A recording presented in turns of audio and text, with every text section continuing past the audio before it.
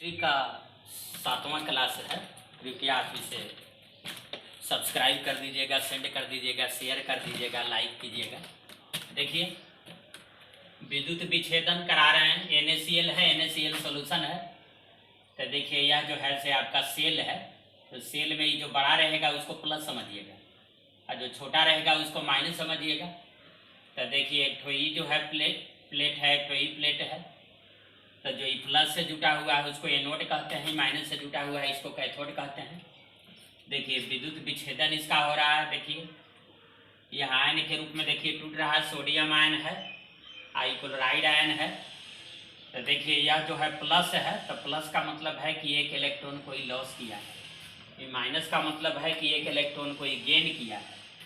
तो आप देखिए, यह जो है से क्या है कि कैथोड पर जमा होगा। धातु जो है से कैथोड पर जमा होगा। तो देखिए, एक इलेक्ट्रॉन को लॉस किया है तो एक इलेक्ट्रॉन इसको दे देते हैं। तो अब ऐसे हो गया, सोडियम पर हो गया। तो देखिए, 0 आवेश आ गया, पहले 1 था, तो 1 से 0 आ गया, यानी ऑक्सीडेशन नंबर घट रहा है। तो जब ऑक्सीडेशन नंबर घट रहा है तो यह कैसी प्रक्रिया है? अवकरण है।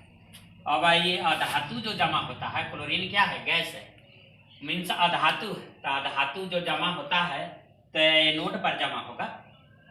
तो देखिए, यह माइनस है, तो माइनस का मतलब कि एक इलेक्ट्रॉन को यह गेन किया है। तो एक इलेक्ट्रॉन को इससे क्या कर लेते हैं कि ड्रॉ कर लेते हैं, खींच लेते हैं। तो देखिए, यहाँ 0 है, -1 था, -1 से 0, ऑक्सीडेशन नंबर बढ़ रहा है। इसका मतलब है कि एनोड पर ऑक्सीकरण होता है। तो देखिए, कुछ पॉइंट्स जो है से दे दिया गया है कि कैथोड पर जो है से क्या होता है? अवकरण होता है। एनोड पर ऑक्सीकरण होता है। धातु जो है से कहाँ जमा होता है? कैथोड पर कि एनोड पर? देखिए, सोडियम धातु आपको कैथोड पर जमा है, तो धातु कैथोड पर जमा होता है, धातु एनोड पर जमा होता है। विद्युत लेपन में जिस धातु पर लेप लगाना हो उसको कैथोड बनाया जाता है, उसको जो है से कैथोड बनाया जाता है। से पृथ्वी जो है, सूर्य से पृथ्वी देखिए 47% जो है से ऊर्जा ग्रहण करती है। और उसका प्रति वर्ग मीटर जो है प्रति सेकंड देखिए कितना ऊर्जा जो है से ग्रहण करता है। और आया हुआ क्वेश्चन है, 1.37 वाट प्रति मीटर स्क्वायर प्रति सेकंड, यानी पृथ्वी का 1 वर्ग मीटर 1 सेकंड में 1.37 वाट एनर्जी को प्राप्त करता है। अब आइए, सूर्य का कंपोजिशन देखिए, कंपोजिशन संघटन, कंपोजिशन ऑफ सन। तो यह जो है से हाइड्रोजन और हीलियम से बना हुआ है। इसका रोटेशन क्या है? सूर्य अपने अक्ष पर, अपने एक्सिस पर रोटेट करती है। रोटेट का मतलब होता है कि अपने अक्ष पर घूमना, ऐसे ऐसे करना, तो यह रोटेशन हो गया। तो देखिए, 26 दिन होता है, 25-26 दिन रहेगा, उस पर टिक करिएगा। सूर्य के विशाल ऊर्जा का कारण क्या है? तो फ्यूजन है, नाभिकीय न्यूक्लियर फ्यूजन है, नाभिकीय संलयन है। अब आइए, सेल के बारे में आइए। देखिए, सेल KLMN सेल है, आप लोग जानते होंगे। तो देखिए, इसका ऊर्जा का देखिए KLMN, तो ऊर्जा का क्रम देखिए, L की ऊर्जा K से ज़्यादा है, M का इससे ज़्यादा है, N का इससे ज़्यादा है। ऊर्जा का बढ़ता हुआ क्रम है। सबसेल आइए, सबसेल यानी उपकक्षा, division of cell is called subcell, यानी कि सेल का विभाजन जो है सो सबसेल कहलाता है। इसकी आकृति में आइए, तो देखिए S है, तो यह गोली या स्फेरिकल होता है। P है, तो यह डम्ब बेल होता है, डमरू जैसा आकार होता है। D है तो डबल डमरू है, और F है तो इसकी आकृति जो है से डिजेनरेटेड है, या कह सकते हैं कॉम्प्लेक्स है, अज्ञात है, या कह सकते हैं कि जटिल है। देखिए, यह जो है से K सेल है या L सेल है। K सेल है तो इसको हम कहेंगे निम्न कक्षा, और यह जो है से L सेल है तो इसको हम कहेंगे उच्च कक्षा। उच्च कक्षा का मतलब हो गया, इसको हम कह सकते हैं बाहरी कक्षा, और इसको कह सकते हैं भीतरी कक्षा। L है भीतर। तो देखिए, L का एनर्जी जो है से K से ज़्यादा होता है। तो इलेक्ट्रॉन जब मान लिया कि K सेल का मतलब कि निम्न कक्षा से उच्च कक्षा में जब कूदता है, उच्च कक्षा में जंप करता है, तो एनर्जी का गेन होता है, यानी अवशोषण होता है। अब इलेक्ट्रॉन जब उच्च कक्षा से निम्न कक्षा में जाएगा, उच्च कक्षा से निम्न कक्षा में जब जंप करेगा, तो ऊर्जा का लॉस होगा, यानी हानि होगा, ऊर्जा का उत्सर्जन होगा। जो ऊर्जा का उत्सर्जन होता है वह फोटोन के रूप में जो है ऊर्जा का उत्सर्जन लॉस या गेन जो है से क्या है कि फोटोन के रूप में होता है। ये लिख दिए हैं ऊर्जा का लॉस या गेन जो होता है EL minus EK equal to hν बराबर hc बाई लैम्डा, फोटोन के रूप में होता है। यह जो है से ऊर्जा का लॉस या गेन पूंजी के रूप में होता है, तो फोटोन के रूप में होता है। अब इसके बाद आइए रदरफोर्ड एक्सपेरिमेंट थोड़ा सा देखिए। रदरफोर्ड जो है से रदरफोर्ड अल्फा स्कैटरिंग, अल्फा से क्या है कि रदरफोर्ड ने अल्फा किरण से थीन एयू फॉयल पर आघात कराया था। He bombarded alpha particle on thin AU foil, यानी अल्फा पार्टिकल से पतले सोने के पत्थर पर आघात कराया। तो क्या देखा, तो देखिए, तो पहला जो है से निष्कर्ष निकाला गया। पहला वह निष्कर्ष क्या निकाला कि most of the space inside an atom is empty, परमाणु का अधिकांश भाग खोखला होता है। दूसरा क्या निष्कर्ष निकाला, एक निष्कर्ष निकाला कि परमाणु के नाभिक पर धन आवेश होता है, परमाणु के नाभिक पर कोई का भारी कण है। फिर इसके बाद क्या है कि परमाणु के आकार का क्रम 1 एंगस्ट्रम यानी 10⁻⁻10 मीटर के क्रम में होता है, और नाभिक का आकार जो है 10⁻⁻15 मीटर या कह सकते हैं 1 फर्मी के ऑर्डर में होता है। रदरफोर्ड का नियम जो है से इलेक्ट्रोडायनेमिक और इलेक्ट्रोमैग्नेटिक थ्योरी को नहीं मानता है। The theory of Rutherford contradict electromagnetic theory and electrodynamic theory. Rutherford को जो है से पाथ की जानकारी नहीं थी, इलेक्ट्रॉन जो है से कैसे घूमता है, किस पाथ में घूमता है, इसकी जानकारी नहीं थी। He had no idea about path of electron। फिर इसके बाद क्या है कि कक्षा में इलेक्ट्रॉन के बंटवारे की जानकारी रदरफोर्ड को नहीं थी। He had no idea about distribution of electron। कक्षा में देखिए सेल या ऑर्बिट में मैक्सिमम इलेक्ट्रॉन 2n² होता है, जहां n का मतलब है कक्षा संख्या। ऑर्बिटल में यानी कक्षक में मैक्सिमम इलेक्ट्रॉन कैट होता है, तो मैक्सिमम इलेक्ट्रॉन 2 होता है। देखिए कक्षा कैसे बनाया जाता है, जैसे मान लिया S है, तो S है तो देखिए 2 इलेक्ट्रॉन रहता है कक्षक में। P है तो P में देखिए, तो देखिए इसमें जो है से इस तरह का इलेक्ट्रॉन है, तो यह सब जो है से कक्षक है, ये आपका क्या है कक्षक। अब देखिए बोरब्यूरी स्कीम, देखिए बोरब्यूरी योजना, बोरब्यूरी जो है से वैज्ञानिक था, तो बोरब्यूरी स्कीम क्या था, तो यह जो है से उसमें कहा गया कि इलेक्ट्रॉन उसी कक्षा में घूमता है, इलेक्ट्रॉन नाभिक के चारों ओर सिर्फ उसी कक्षा में घूम सकता है जिसका कोणीय संवेग यानी एंगुलर मोमेंटम यानी I ओमेगा बराबर NH/2π होता है, जहां H का N का मतलब क्या है, तो N का मतलब है आपको कक्षा संख्या, N का मतलब है कक्षा संख्या, और H जो है H है प्लांक्स कांस्टेंट है, प्लांक वैज्ञानिक था, प्लांक्स कांस्टेंट, इसका मान क्या होता है 6.625 गुने 10⁻⁻34 जूल सेकेंड, ऐसा होता है। तो इस तरह से होता है। तो देखिए I का मतलब है मोमेंट ऑफ इनर्शिया, तो I बराबर क्या होता है, I बराबर mr²। मान लिया कि m द्रव्यमान के बॉडी है, m द्रव्यमान के बॉडी है, यह जो है इस अक्ष के चारों तरफ रोटेट कर रहा है, r है, तो मोमेंट ऑफ इनर्शिया I बराबर क्या होता है, यहाँ पर देख लीजिए I का मतलब जड़त्व घूर्ण है, तो I बराबर होता है mr², m × r²। यह आपका क्या है जड़त्व घूर्ण है, जड़त्व आघूर्ण, इस तरह से ही है, तो यही जड़त्व घूर्ण लिख दिए हैं। तो देखिए I ओमेगा यानी कोणीय संवेग है, तो कोणीय संवेग NH/2π होता है। हम लोग जानते हैं कि V बराबर R ओमेगा, नीचे क्लास में ही पढ़ने के लिए था, तो I बराबर लिख दिए mr² यहाँ से, और इसके बाद V बराबर R ओमेगा, तो ओमेगा बराबर V/R, R एक बार कट गया, तो इसलिए MV बराबर आ गया NH/2πr। MV का मतलब रैखिक संवेग हो गया, यानी लीनियर मोमेंटम।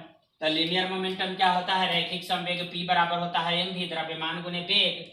तो देखिए NH/ क्या गया 2πr रैखिक संवेग बराबर, और R बराबर अगर हम निकाले सिर्फ R बराबर तो हो जाएगा NH/2πmv, यहाँ से देख लीजिए। यानी यहाँ पर जो है से 3 क्वेश्चन याद रखिएगा। एक क्वेश्चन ऐसा समझना है कि इलेक्ट्रॉन जो है से सिर्फ उसी कक्षा में घूम सकता है जिसका कोणीय संवेग NH/2π होता है, फिर दूसरा जो है से याद रखिएगा, इसको देखिए टिक कर दिए हैं, इलेक्ट्रॉन सिर्फ उसी कक्षा में घूम सकता है जिसका रैखिक संवेग NH/2 πr होता है। और तीसरा याद रखना है कि इलेक्ट्रॉन सिर्फ उसी कक्षा में घूम सकता है जिसकी त्रिज्या NH/2 πm भी होता है। इस तरह से जो है यहाँ देखिए n का मतलब है कक्षा संख्या, ये तो प्लैंक्स कांस्टेंट है। तो इस तरह से जो है तो इसको देखिए क्वांटम संख्या के बारे में है। तो क्वांटम संख्या क्या है? तो यह एक ऐसी संख्या है जो इलेक्ट्रॉन के फुल एड्रेस को बतलाती है, पूरा पता को बतलाती है। फुल एड्रेस बतलाने वाली संख्या जो है से क्वांटम संख्या कहलाता है। यह 4 प्रकार का होता है। पहला है आपका प्रिंसिपल क्वांटम नंबर, प्रधान क्वांटम संख्या। इसको n से सूचित किया जाता है। यह क्या क्या बतलाता है? यह जो है से त्रिज्या को बतलाता है परमाणु के, यह जो है से इलेक्ट्रॉन जिस कक्षा में घूम रहा है उसकी त्रिज्या को बतलाता है, ऊर्जा बतलाता है, वेग बतलाता है, संवेग बतलाता है, सब बतलाता है। En बराबर देखिए -13.6 n² इलेक्ट्रॉन वोल्ट, माने energy of nth orbit. n का मतलब सेल संख्या समझिएगा। Rn देखिए त्रिज्या है, माने nth ऑर्बिट की त्रिज्या है, तो 0.52 n² इलेक्ट्रॉन वोल्ट। n का मतलब का अच्छा संख्या समझिएगा। फिर देखिए दूसरा है क्या, एजीमुथल क्वांटम नंबर, इसको L से सूचित करते हैं, छोटा L से। हिंदी में इसको कहा जाता है द्विगांशी क्वांटम संख्या। यह क्या करता है कि ऑर्बिटल के शेप यानी आकार को बतलाता है। एस ऑर्बिटल के लिए L का मान 0 होता है, P के लिए 1, D के लिए 2 और F के लिए 3 होता है। अब आइए चुंबकीय क्वांटम संख्या तीसरा, इसको M से सूचित करते हैं, इसलिए कि इसको मैग्नेटिक क्वांटम नंबर कहा जाता है। यह चुंबकीय क्षेत्र में इलेक्ट्रॉन के ओरिएंटेशन यानी झुकाव को बतलाता है। देखिए इसको छोटा m से सूचित करते हैं। m का कुल मान 2l + 1 होता है, जो -l से 0 होते हुए +l तक होता है। जैसे देखिए d मान लिया कि है, तो d के लिए जो है से l का मान क्या है, 2 है, तो d के लिए l बराबर 2 लिख दिए। तो m का टोटल मान क्या होगा, तो 2l + 1, तो 2 × 2 + 1 = 5। तो 5 कौन कौन होगा, तो हम बताया है, अभी बोल दिया है कि -l से 0 होते हुए +l तक रहेगा। तो l का मान तो -2 है, तो देखिए -2 -1 0 1 2 5 को हो गया, 1 2 3 4 5 5 हो गया। तो देखिए यहाँ पर जो है से क्या है कि d है, तो d में देखिए तो 1 2 3 4 5 है, तो 5 है, तो इस घर के लिए देखिए -2, इसके लिए -1, इसके लिए 0, इसके लिए 1 है, इसके लिए 2 है। स्पिन क्वांटम नंबर आइए। स्पिन क्वांटम नंबर का मतलब चक्रण या घूर्णन क्वांटम संख्या। तो अगर इलेक्ट्रॉन का डायरेक्शन ऐसे है तो यस, स्पिन क्वांटम नंबर का मान 1/2 दे दीजिएगा। अगर इस तरह से है तो -1/2 दीजिएगा। अब इसमें जो है से एक क्वेश्चन जो है से ऐसा कर दिया जाता है। देखिए एक क्वेश्चन जो है से आपको ऐसा देखिए क्यू यहाँ पर लिख दिया है क्वेश्चन कि E1 अनुपात E2 और अनुपात E3, माने कोई इलेक्ट्रॉन है तो उसकी पहली कक्षा, दूसरी कक्षा और तीसरी कक्षा के ऊर्जाओं का अनुपात क्या होगा। तो चलिए इसमें आइए। तो E1 बराबर देखिए -13.6 n² है, तो -13.6 बटे 1 के स्क्वायर, चूँकि E1 है।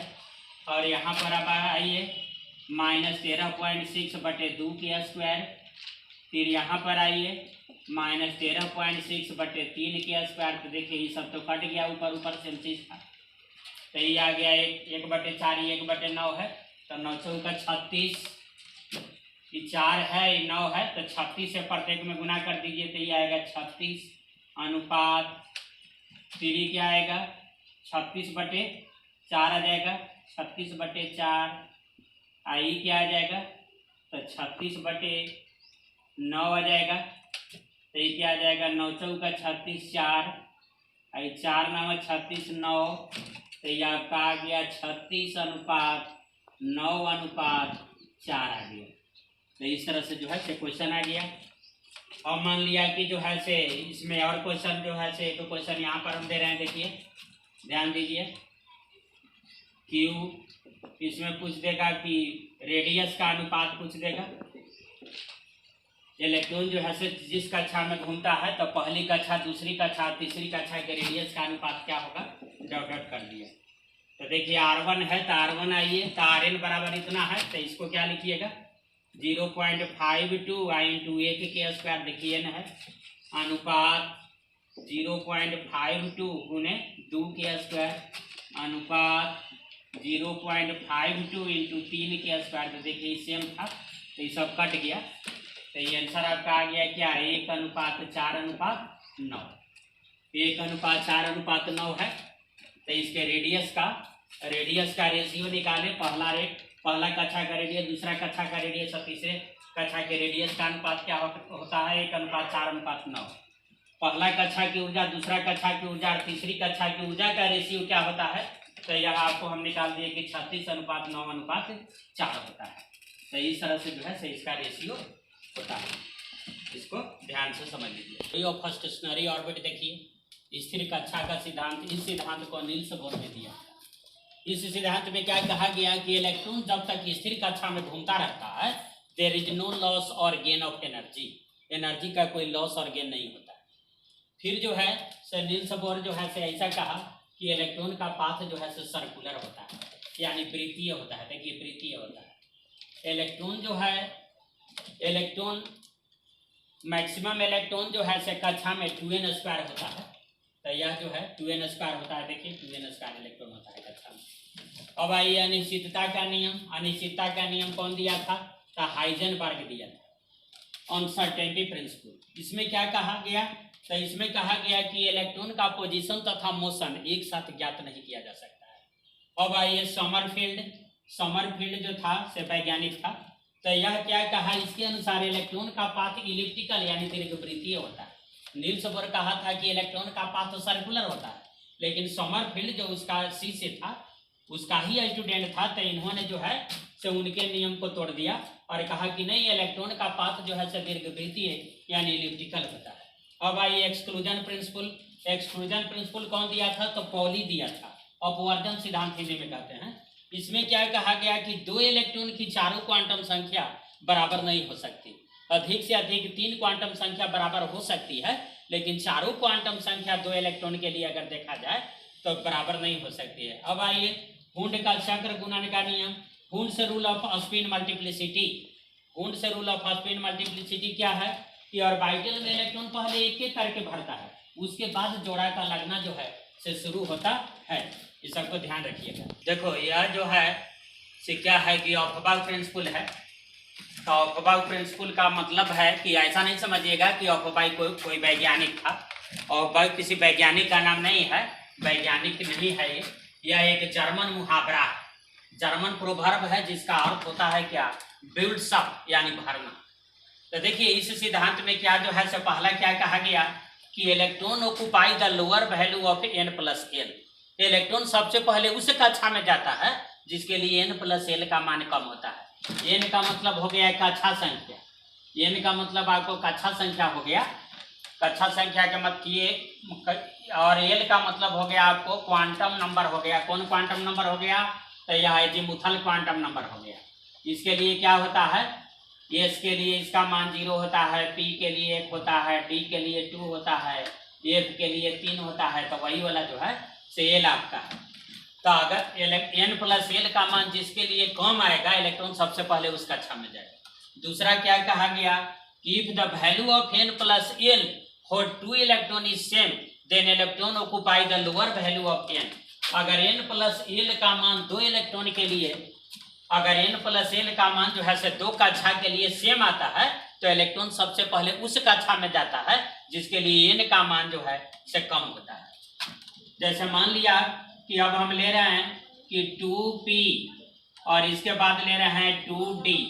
तो 2p और 2d में जो है इलेक्ट्रॉन सबसे पहले किस कक्षा में जाएगा तो यहाँ पर जो है n+l देखिए तो n का मतलब e वाला है, n का मतलब e समझिएगा।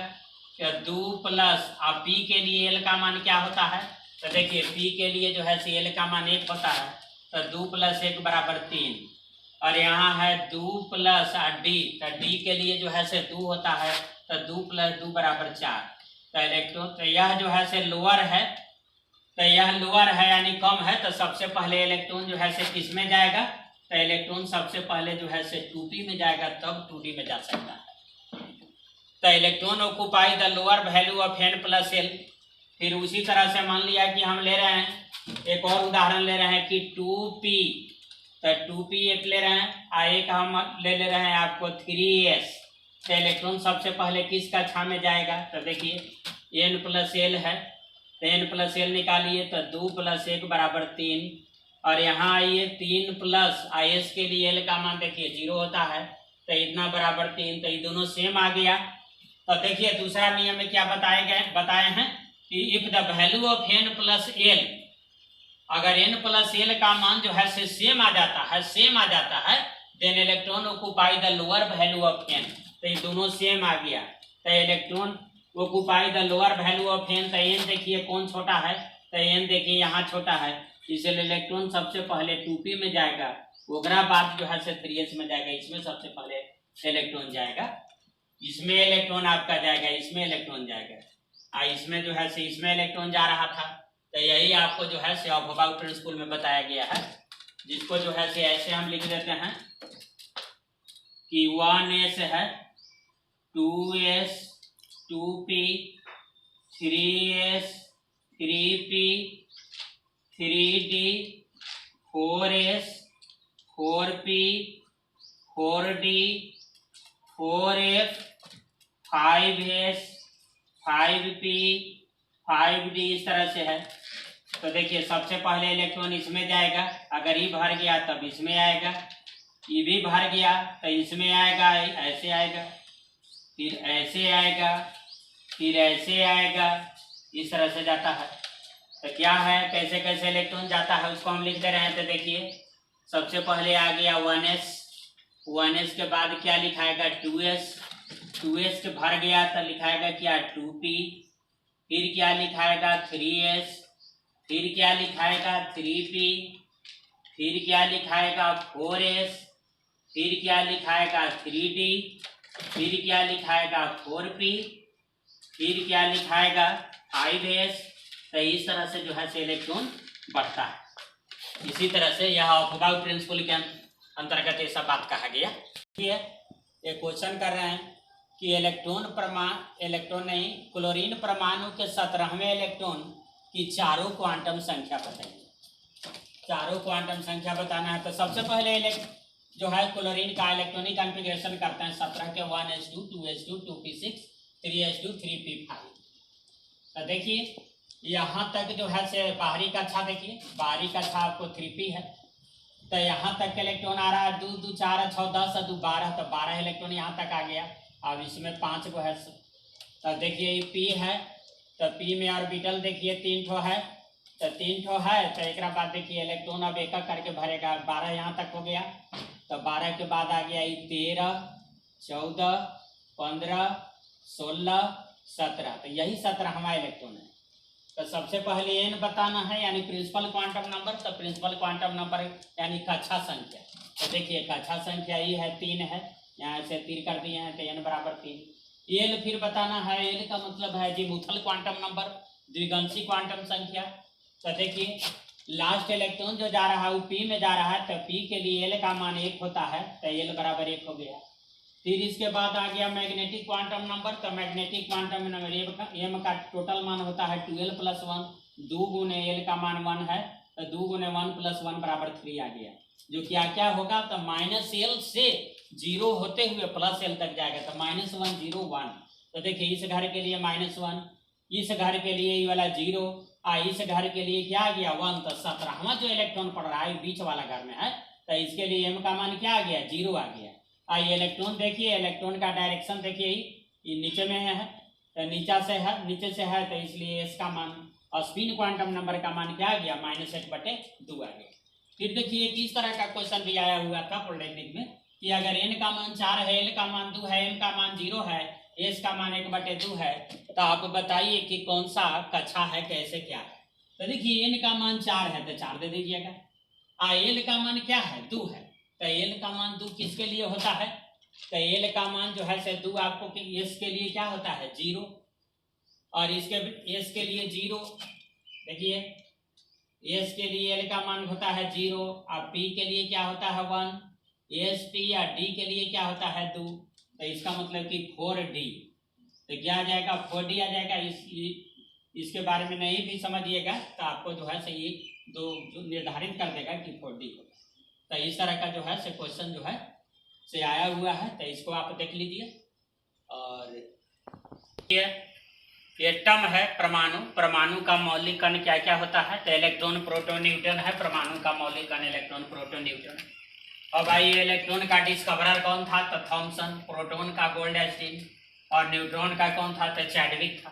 तो इलेक्ट्रॉन पर आवेश निगेटिव होता है 1.6 × 10⁻⁻19 कूलम। अगर स्टेट कूलम में बोलेंगे ESU तो -4.8 × 10⁻10 स्टेट कूलम।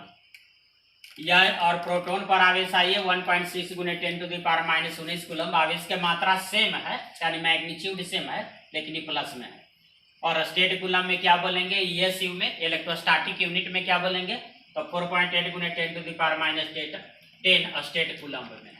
और न्यूट्रॉन का आवेश क्या होता है, 0 होता है, चार्जलेस पार्टिकल।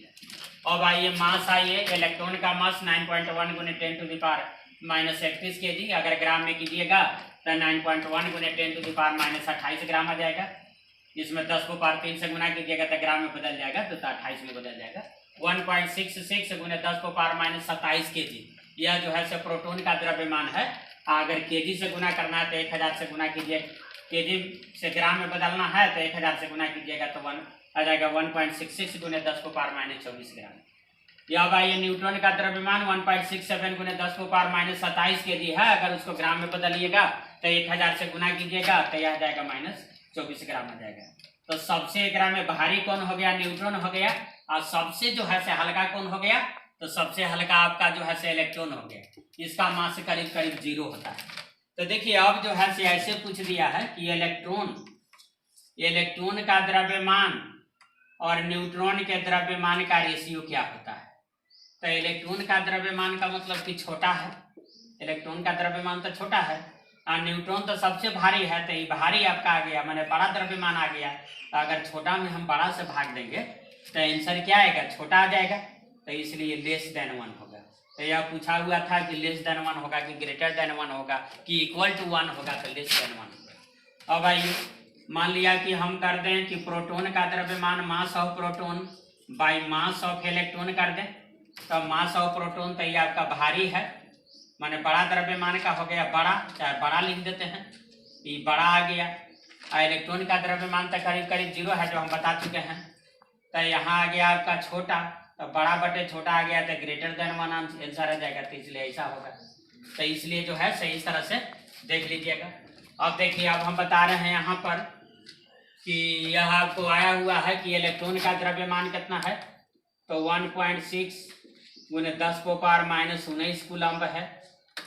और यही इलेक्ट्रॉन का द्रव्यमान अगर स्टेट कूलम्ब में करते हैं या तो आ जाता है क्या 4.8 × 10⁻10 स्टेट कूलम्ब है, और स्टेट कूलम्ब है। तो देखिए इसको काट देते हैं, 48 3 बार कट गया, तो 3 बार कट गया। तो इसके बाद आ जाएगा तो 1 कूलम्ब बराबर, अगर बोलेंगे कि 1 कूलम्ब में कितना स्टेट कूलम्ब होता है, तो ये नीचे चला जाएगा, बटा में आ जाएगा तो नीचे चला जाएगा, तो नीचे चला जाएगा। फिर ऊपर इसको ले जाएंगे तो क्या आ जाएगा 3 × 10⁻⁹ क्या आ जाएगा 9 आ जाएगा। 3 × 10⁻⁹ स्टेट कूलम्ब। तो याद रखिएगा कि 1 कूलम्ब में कितना स्टेट कूलम्ब होता है, 3 × 10 को पावर 9 स्टेट कूलम्ब। कभी कभी ऐसा पूछ दिया है, ये पूछा हुआ है, ये भी पूछ दिया है कि 1 स्टेट कूलम्ब यानी ESU बराबर क्या होगा। तो 1 बटा इतना आ जाएगा 1/3 × 10 को पावर -9, तो इतना क्या आ जाएगा, ये कूलम्ब में आ जाएगा। ESU का मतलब समझिएगा state coulomb, state coulomb electrostatic unit हो गया। तो यह सब जो है से पूछा हुआ है, इसको आप ध्यान रखिएगा।